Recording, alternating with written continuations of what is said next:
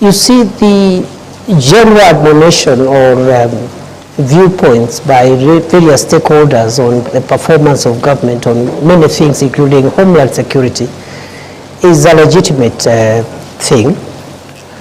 But the question of responsibility arises when one believes that there is something they have done wrong. It doesn't arise when someone's conscience is crystal clear. They have not done anything wrong.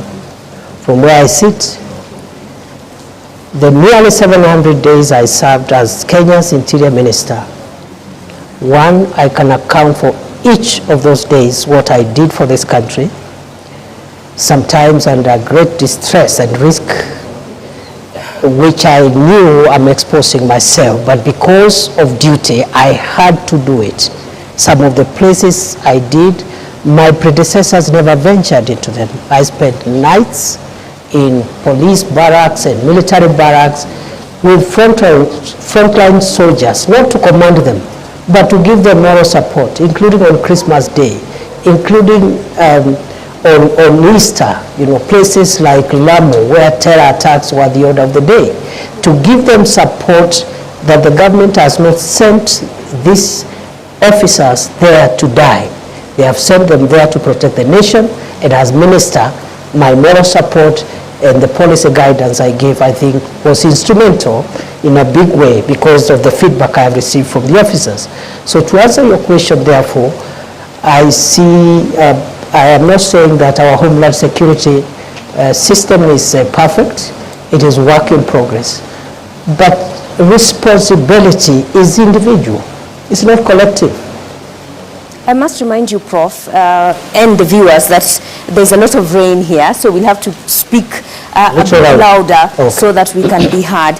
But as you speak about policy guidelines and taking modest credits for what was done in the North Rift on banditry, are you trying to tell us that you could not give policy guidelines on how police protests or moral support in them ensuring that they adhere to human rights? We did. So what happened? What went wrong?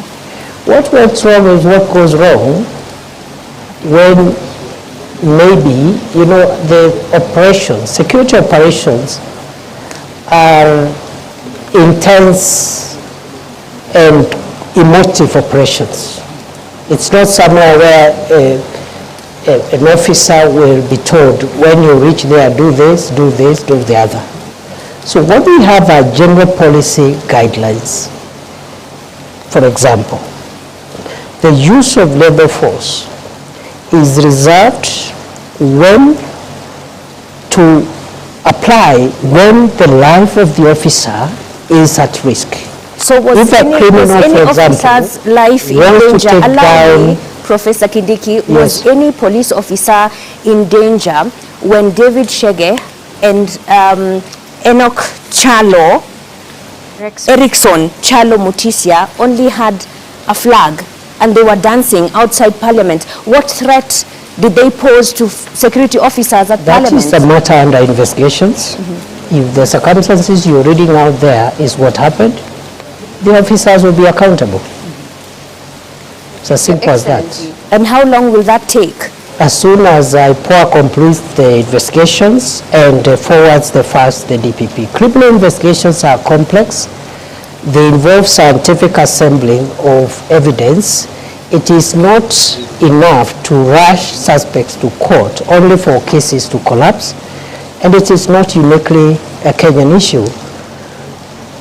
Criminal investigations, especially in a complex endeavor like the situation we're referring them to, take a bit of time, and therefore I'm hopeful that...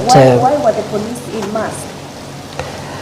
How complex was that? That we again, see who was ensuring security is not breached? You're just telling me what you think or saw, but it was which is part of evidence. It was on live TV. There are photos of police officers who are masked. I can't identify them. I'm not disputing. But just telling you, CS Interior, that is part of the evidence that is required to hold into account any person who may have been involved in that unfortunate incident you're explaining. Your Excellency, if you were to move this forward,